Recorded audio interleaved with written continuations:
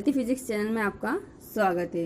इस वीडियो में आपको बताने जा रही हूँ मौसमी खांसी को जल्दी से ठीक करने के लिए आसान घरेलू उपाय। मौसम बदलता है तो कई तरह के बदलाव शरीर में भी आते हैं। बरसात के बाद जब ठंड का मौसम आता है तो अक्सर लोगों को खांसी की समस्या हो जाती है। सर्दी खांसी की समस्या मौसम बदलने पर होती रहती है। तो इसी समस्या को दूर करने के लिए मैं आज आपको कुछ आसान घरेलू उपाय बताने जा रही हूँ जो आपको सर्दी खांसी से ही राहत नहीं दिलाएंगे बल्कि फेफड़ों को भी मजबूत बनाते हैं और गले की भी अच्छे से सफाई करते हैं। तो इसके लिए कुछ उपाय हैं। दालचीनी व शहद। सूखी खांसी के लिए शहद और दालचीनी का उपयोग काफ़ी फायदेमंद होता है। आधा चम्मच शहद में दालचीनी पाउडर मिलाकर सेवन करें, इससे सूखी खांसी जल्दी से ठीक हो जाएगी। प्याज और शहद। शहद एक ऐसी औषधि है जो शरीर की कई बीमारियों को दूर करती है।